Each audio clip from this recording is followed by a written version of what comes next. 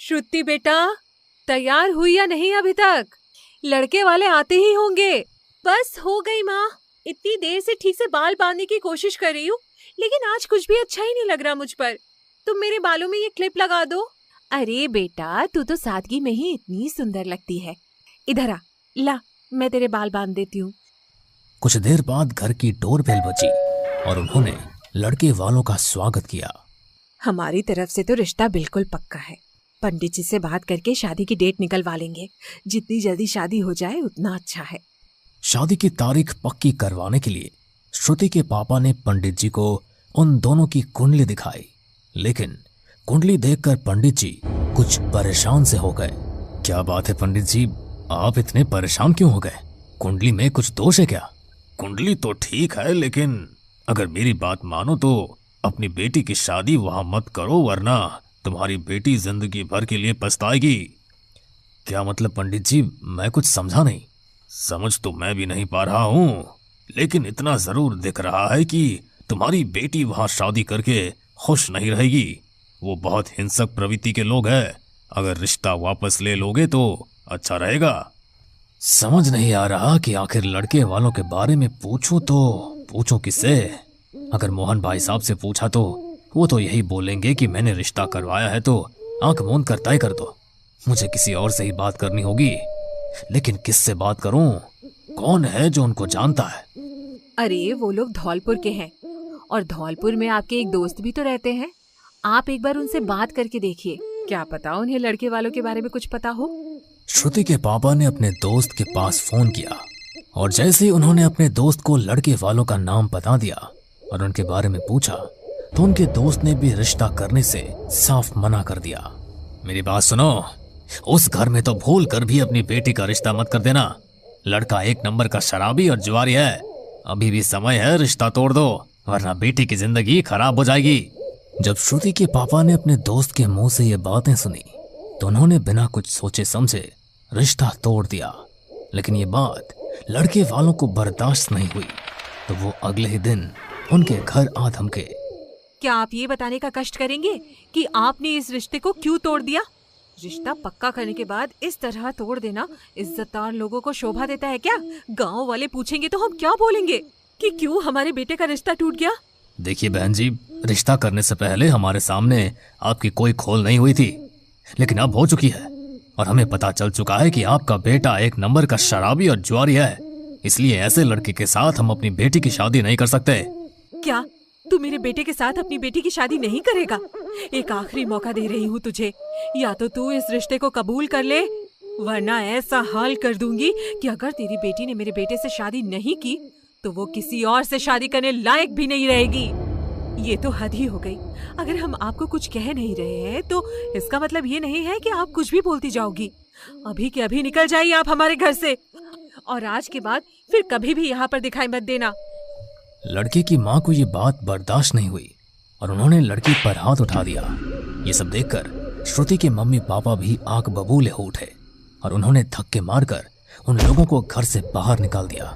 लेकिन वहां से जाते जाते लड़के की माँ ने कहा, इस बेइज्जती को तो हम कभी नहीं भूलेंगे। ये बात अच्छी तरह कान खोलकर सुन लो।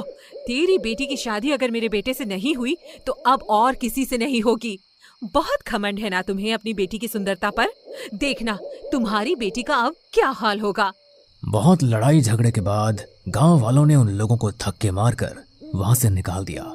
लेकिन उस दिन के बाद श्रुति की तबीयत अचानक खराब रहने लगी। वो पहले जितनी सुंदर थी उसकी सुंदरता दिन पर दिन ढलती गई। वो पूरे दिन अकेली अपने अंधेरे कमरे में बैठी रहती, दिन भर कुछ खाती नहीं। उसका शरीर तो मानो सूख कर बिल्कुल कांटा हो गया था। उसकी हालत देख देख कर घर वालों को उसकी चिंता होने लगी। पता नहीं हमारी बच्ची को किसकी नजर लग गई। इतनी सुंदर फूलों सी बेटी थी हमारी, और अब देखिए, मैं कहती हूँ किसी पंडित जी से श्रुति को दिखा लीजिए। जब से उसका रिश्ता टूटा है तब से ही उसकी हालत ऐसी होती जा रही है। अरे तुम ये फालतू की बातें मत सोचो। डॉक्टर ने कहा है ना कि उसे ठीक होने में थोड़ा समय लगेगा, तो इंतजार करो। किसी पंडित या फकीर के पास जाने से उसकी तबीयत ठीक नहीं हो जाएगी। श्रुति के लिए एक रिश्ता आया है। लड़के वाले श्रुति को पसंद कर लें तो इस बार हम उसकी शादी कर देंगे। वैसे भी एक बार उसका रिश्ता होकर टूट चुका है तो जल्दी उसका रिश्ता कर देते हैं, वरना आगे चलकर रिश्ता करने में दिक्कत होगी। श्रुति के लिए जो ठीक ठाक रिश्ता आया, उसके पापा ने उसके लिए वो रिश्ता पक्का कर दिया। शादी का दिन भी तय हो गया। लेकिन जैसे जैसे शादी का दिन नजदीक आता गया, वैसे वैसे श्रुति की हालत और बिगड़ने लगी। अब तो उसके अपने घर वालों से बातचीत करना भी बंद कर दिया था। बस हर समय अपने कमरे में अकेली बैठी रहती और कमरे की दीवार की तरफ एकटक देखती रहती, जैसे तो मानो उसे कोई मानसिक बीमारी हो गई हो। धीरे धीरे उसने नहाना भी बंद कर दिया और उसके शरीर से किसी मरे हुए जानवर जैसी दुर्गंध आने लगी। पता नहीं मेरी बच्ची को क्या हो गया। ऊपर से ये भी मेरी बात नहीं सुन रहे। मुझे खुद ही मेरी बच्ची को लेकर कहीं जाना होगा। श्रुति की मम्मी उसकी ऐसी हालत देख देख कर बहुत परेशान हो चुकी थी। वो उसे किसी तांत्रिक के पास लेकर जाना चाहती थी, लेकिन वो ऐसे किसी को नहीं जानती थी जो इन चीजों का इलाज कर सके।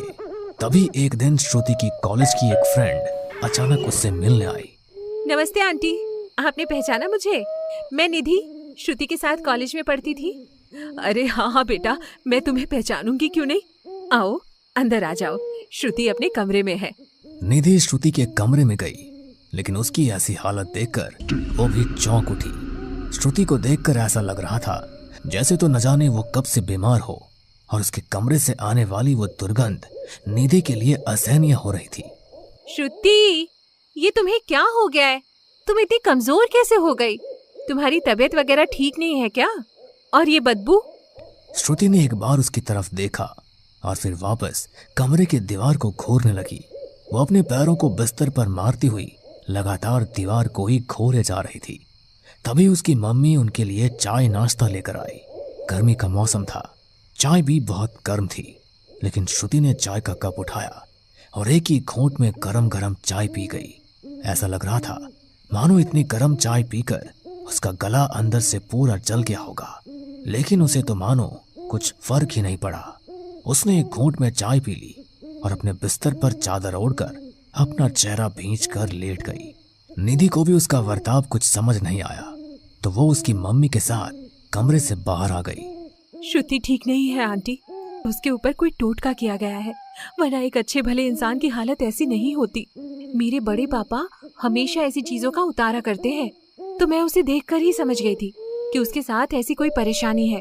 आप श्रुति को लेकर मेरे घर आना, और अगर वो आने में कुछ आनाकानी करे तो आपके घर के मंदिर में माता रानी का जो सिंदूर रखा होगा उसका टीका उसे लगा देना।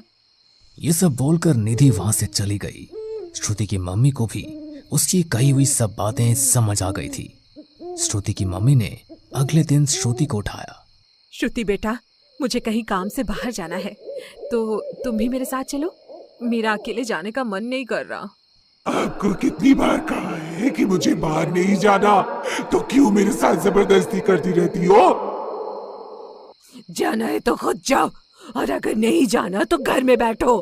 श्रुति की बात सुनकर उसकी मम्मी समझ गई कि कोई तो है जो श्रुति को घर से बाहर नहीं जाने देना चाहता। इसलिए निधि ने जैसा बताया था, श्रुति की मम्मी ने घर के मंदिर में रखा माता रानी के चरणों का सिंदूर श्रुति के माथे पर लगा दिया, तो श्रुति का शरीर ढीला पड़ गया। वो देर ना करते हुए श्रुति को उसकी फ्रेंड निधि के घर लेकर चली गई। निधि के बड़े पापा ने पहले से ही वहां पूजा की तैयारी करके रखी थी। उन्होंने श्रुति के आते ही उसके ऊपर गंगा जल छिड़क दिया और उसे अपने पास बैठा लिया। बहुत भयानक टोटका किया है तुम्हारी बेटी के ऊपर। ऐसा टोटका कि ये दिन पर दिन बदसूरत हो जाए और किसी बीमारी से मर जाए। अच्छा हुआ जो समय पर आप इसे यहाँ लेकर आ गई, वरना अगर 1 महीना और बीत जाता तो तुम्हारी बेटी को बचाना असंभव हो जाता। लेकिन आखिर मेरी बेटी के साथ ये सब किया किसने और क्यों? मेरी बेटी से भला किसी की क्या दुश्मनी है? वो सब मैं तुम्हें बाद में बताऊंगा, पहले इसका निवारण करना ज्यादा जरूरी है। निधि के बड़े पापा ने अपने हाथ में एक नींबू लिया और उसके अंदर 2 लौंग लगा दी, लेकिन जैसे ही वो लौंग नींबू के अंदर गई, वैसे ही श्रुति बहुत जोर से चिल्लाई, जैसे तो उसके शरीर पर कोई चाकू से वार कर रहा हो। छोड़ो मुझे, मुझे बहुत दर्द हो रहा है। ये क्या कर रहे हो तुम लोग मेरे साथ? बेटा बेटा क्या हो गया तुझे? ये क्या हो रहा है इसे? आगे मत बढ़ना, थोड़ी देर बाद तुम्हारी बेटी ठीक हो जाएगी, लेकिन अभी इसके पास मत आना। निधि के बड़े पापा ने उस नींबू को बुरी तरह निचोड़कर आग में डाल दिया और श्रुति वैसे ही चिल्लाने लगी जैसे उसका शरीर आग में जल रहा हो। निधि के बड़े पापा ने श्रुति के सर पर एक भभूति लगाई तो श्रुति को वहीं पर भयानक उल्टी होने लगी, लेकिन उसकी उल्टी के अंदर कुछ काली राख से निकली और कुछ लौंग के दाने। निधि और श्रुति की मम्मी भी ये देखकर हैरान थे। श्रुति बहुत देर तक वहां उल्टियां करती रही और बेहोश होकर गिर पड़ी। निधि के बड़े पापा ने श्रुति के ऊपर गंगा जल छिड़का। श्रुति होश में आई तो उन्होंने उसे मंत्रों से पढ़ा हुआ पानी पीने के लिए दिया। उसने जैसे ही वो पानी पिया तो एक अजीब सा काला साया उसके शरीर से निकलकर वहां से दर्द से चीखता हुआ उनके घर के दरवाजे से बाहर की तरफ निकल गया। श्रुति की मम्मी को तो अपनी आंखों पर यकीन नहीं हो रहा था कि अभी अभी उनकी बेटी के साथ ये क्या हुआ। ये सब मेरी बेटी के साथ क्या हुआ बाबा? वो अब ठीक तो है ना? हाँ, तुम्हारी बेटी अब बिल्कुल ठीक है, लेकिन तुम अपने घर में हर रोज पूजा पाठ करना और किसी का भी दिया हुआ खाना मत खाना और ना ही किसी अनजान को अपने घर के अंदर आने देना। अपनी बेटी के लिए 1 साल तक घर में हर महीने हवन करवाना, तो तुम्हारी बेटी के ऊपर फिर कभी कोई खतरा नहीं आएगा।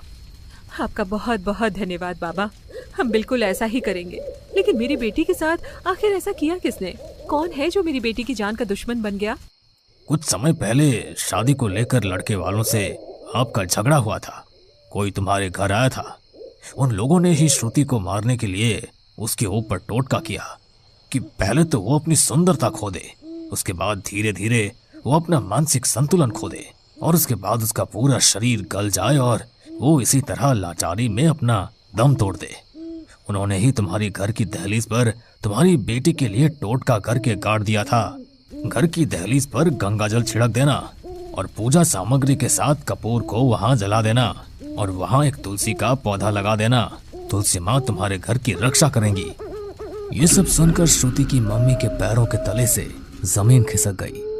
वो श्रुति को लेकर घर आई और जब उन्होंने सारी बात श्रुति के पापा को बताई तो सब कुछ जानकर उनकी आंखों में भी आंसू आ गए। निधि के बड़े पापा के बताए अनुसार उन्होंने घर की दहलीज पर गंगाजल छिड़क कर पूजा सामग्री के साथ कपूर को जला दिया और वहां पर तुलसी माँ की स्थापना की और तुलसी माँ के रक्षण से उनके घर के भीतर फिर कभी किसी नकारात्मक ऊर्जा ने प्रवेश नहीं किया। घर में 1 साल तक हवन होते रहे। भगवान की कृपा से आज श्रुति बिल्कुल ठीक है और उसका एक हंसता खेलता परिवार भी है। ये कोई कहानी नहीं बल्कि एक सच्ची घटना है कि किस तरह लोग इस हद तक भी गिर सकते हैं। इसलिए हमेशा सावधान रहो और कभी भी आपके साथ ऐसा कुछ हो तो जल्द से जल्द उसका निवारण करवा लो, क्योंकि कभी कभी इंसान इन चीजों को समझने में बहुत देरी कर देता है और इसी कारण कभी कभी वो अपना सब कुछ खो बैठता है। ये कहानी हमारे एक सब्सक्राइबर हर्षपाल की कहानी पर आधारित है। आइए शुरू करते हैं आज की कहानी। मेरा नाम राहुल है। ये बात उस समय की है जब मैं IIT कानपुर में इंजीनियरिंग का छात्र था। एक रात करीब 3 बजे होंगे। बाहर चारों ओर अंधकार का साया था। सड़क पर लगा लाइट का खंभा बीच बीच में जल उठता था। सड़क सुनसान थी और कभी कभी कोई कार सन्नाटे को चीरती हुई आती, फिर सब सुनसान हो जाता।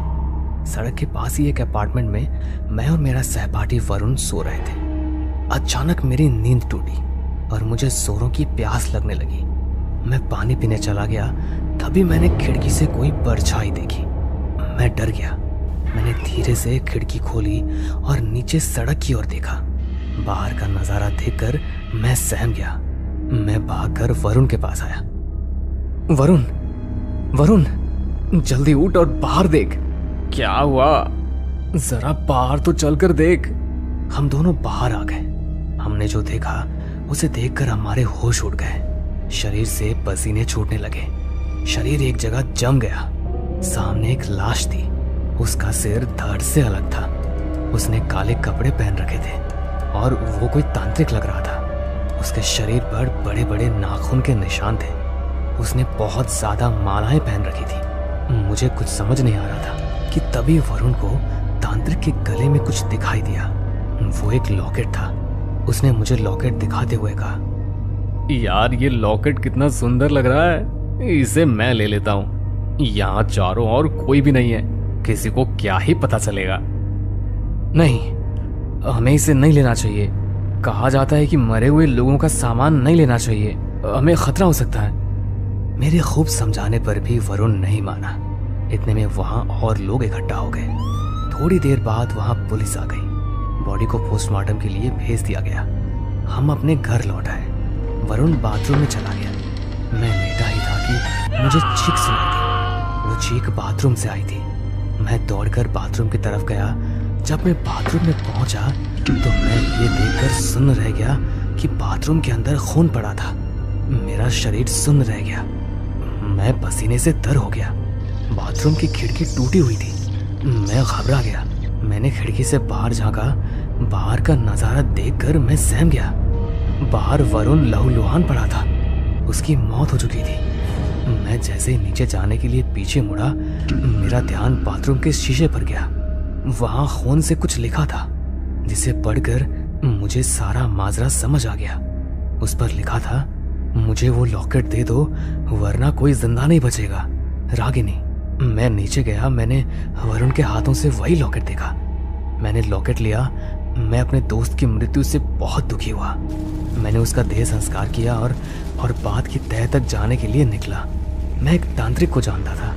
मैं उसके पास गया। मैंने तांत्रिक से सारी बात बताई और कहा, बाबा मैं इसकी तह तक जाना चाहता हूँ। इस लॉकेट से मुझे भी खतरा है। जब तक ये लॉकेट मेरे पास रहेगा रागिनी मुझे मारने का प्रयत्न करेगी। अब आप ही मुझे उससे बचा सकते हैं। बेटा, तुम इस लॉकेट को हनुमान जी के मंदिर में उनकी मूर्ति के पीछे रख देना। उसके बाद मैंने वैसा ही किया। अब मुझे कोई खतरा नहीं था, पर मैं उस लॉकेट को ज्यादा दिनों तक मंदिर में नहीं रख सकता था, इसलिए मैं जल्दी से काम पर लग गया। मैंने पिछले कुछ दिनों के सारे अखबार देख डाले, पर मुझे कुछ न मिला। परंतु जैसे ही मैं कुर्सी से उठा, मुझे नीचे गिरा एक अखबार नजर आया। मैंने उसे उठाया, तभी मुझे रागिनी द मिस्टीरियस स्टोरी नाम से एक आर्टिकल नजर आया। मैंने उस अखबार से एड्रेस लिया और रागिनी के घर की तरफ चल पड़ा। जब मैं रागिनी के घर पहुंचा तो घर पर ताला लगा था। मैंने पड़ोसी से जाकर पूछा, अंकल क्या आप जानते हैं कि आपके पड़ोसी कहाँ हैं? बेटा, अब इस घर में कोई नहीं रहता। इस घर में पंडित दीनानाथ और उसकी बेटी रहते थे। करीब 2 हफ्ते पहले उनकी बेटी गायब हो गई और इस दुख के मारे दीनानाथ जी भी चल बसे। क्या आप जानते हैं कि रागिनी कहाँ गई? बेटा, वो रोज कॉलेज जाया करती थी, पर एक दिन वो घर नहीं लौटी। क्या पता कहाँ गई। तो आप लोगों ने उसकी खोज की? बेटा, अमीरों की सब सुनते हैं, गरीबों की कौन सुनता है। बेचारा दीनानाथ देह त्यागने से पहले हर जगह फिरा, किंतु उसकी बेटी का पता न चला। FIR भी कराई, परंतु कुछ पता नहीं चला। क्या आप मुझे उसके कॉलेज का एड्रेस दे सकते हैं? हाँ बेटा। उन्होंने मुझे कॉलेज का एड्रेस दे दिया। अगर आप इजाजत दें तो मैं रागिनी के घर की तलाशी लेना चाहता हूँ। ठीक है बेटा, तुम तलाशी ले सकते हो। और ये कहकर उन्होंने मुझे रागिनी के घर की चाबी दे दी। मैं रागिनी के घर गया। जब मैं रागिनी के कमरे में पहुंचा और मैंने उसकी हर चीज देखी, वहां मुझे एक इत्र की शीशी दिखाई दी। मैंने उसे वहीं छोड़ दिया और घर के बाहर आ गया। रागिनी के घर पर तलाशी के दौरान मुझे कुछ हासिल नहीं हुआ। अब मैं उसके कॉलेज जाने की तैयारी करने लगा। जब मैं उसके कॉलेज की तरफ जा रहा था तो मैंने वहां रास्ते में एक दुपट्टा देखा। सड़क के दोनों ओर सुनसान जंगल था। मैं आश्चर्य में पड़ गया। पीले रंग का दुपट्टा, जिससे उस इत्र की ही महक आ रही थी जो मैंने रागिनी के कमरे में एहसास किया था। मैंने दुपट्टा उठाया और जंगल के अंदर की तरफ चलने लगा। कुछ दूर चलने पर मुझे गुफा दिखाई दी। मैं डरते डरते गुफा के अंदर गया। वहां का नजारा देख मेरे आश्चर्य का ठिकाना न रहा। सामने राक्षस की बड़ी सी मूर्ति थी। उसके नीचे रागिनी का शरीर था। उसकी गर्दन अलग पड़ी थी। खून के छींटे राक्षस के मुंह पर लगे थे। पास ही बलि का सामान था। मैंने उस तांत्रिक की तस्वीर को भी वहां देखा, जिसकी लाश मैंने और वरुण ने अपने घर के नीचे देखी थी। मैं सब समझ गया कि रागिनी की मृत्यु के पीछे क्या राज है। मैं वहां से कुछ दूर चला ही था कि वहां मुझे एक व्यक्ति दिखाई दिया। उसे गुफा के बाहर एक पेड़ से बंदी बनाया गया था। उसने तांत्रिक के समान काले कपड़े पहन रखे थे। गले में बड़ी बड़ी मालाएं थी। माथे पर भस्म लगी हुई थी। उस व्यक्ति ने मुझसे कहा, कौन हो बेटा? तुम यहाँ क्या कर रहे हो? वो तुम्हें नहीं छोड़ेगी। मेरे हाथ में पकड़े हुए उस दुपट्टे को देखते हुए उन्होंने पूछा, ये दुपट्टा तुम्हें कहाँ से मिला? मैंने बड़े आश्चर्यपूर्वक पूछा, आप इस दुपट्टे के बारे में कैसे जानते हैं? और कौन है जो मुझे नहीं छोड़ेगी? ये आप क्या कह रहे हैं? और आपको यहाँ बंदी किसने बनाया है? मैंने उस व्यक्ति को खोलने की चेष्टा की, परंतु उन रस्सियों में काली शक्ति का जादू था। मैं चाहकर भी उसे खोल नहीं पाया। तांत्रिक बोला, बेटा तुम चाहकर भी इन्हें नहीं खोल सकते। जिस गुफा से तुम अभी आ रहे हो वो मेरे शिष्य कालीनाथ की गुफा है। वो अमर होना चाहता था। अमर होने के लिए उसने दैत्य दानव की कठोर से कठोर साधना की। एक रात वो अपनी साधना पूरी करके फल की प्रतीक्षा कर रहा था। तभी हवन कुंड की अग्नि से एक राक्षस निकलकर उसके समक्ष आया। उसने कालीनाथ से कहा, अगर तू अमर होना चाहता है तो तुझे बलि देनी होगी। एक कुंवारी लड़की की बलि। वो लड़की जो सुबह इस रास्ते से सबसे पहले गुजरे, उस लड़की की बलि दे और संसार की समस्त शक्ति को अपने अधीन कर ले। इतना कहकर राक्षस वहां से चला गया। उस दिन कालीनाथ बहुत खुश हुआ। उसने सारी बात मुझे बताई। मैंने उसे समझाने की कोशिश की। मैंने उससे कहा, देखो वत्स, बुराई चाहे कितने ही ताकतवर क्यों ना हो, वो कभी अमर नहीं बन सकती। ऐसा होना सृष्टि के नियमों का उल्लंघन करना है।